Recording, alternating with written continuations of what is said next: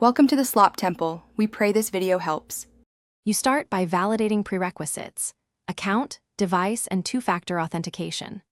Once done, sign into Ollama and navigate directly to the dashboard. Make sure to use a secure network and an up-to-date browser to avoid interruptions.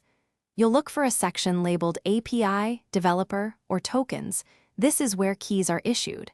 Enter any requested verification like password or 2FA code to continue. Don't pause. Proceed to request or create a new API key so you can use it in the next step. You now generate and configure the key.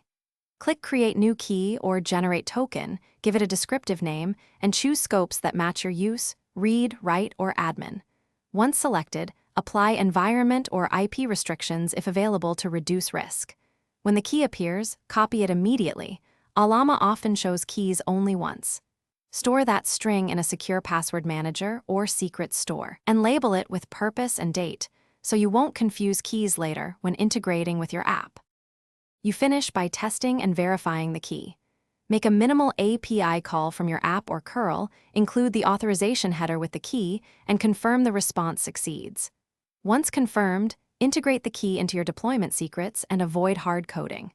If something fails, check error messages, confirm scopes, and ensure IP restrictions match your caller. If the key is compromised, revoke or rotate it immediately and reissue a new one. This single troubleshooting move prevents most security incidents. Thanks for watching. Consider subscribing if we helped you.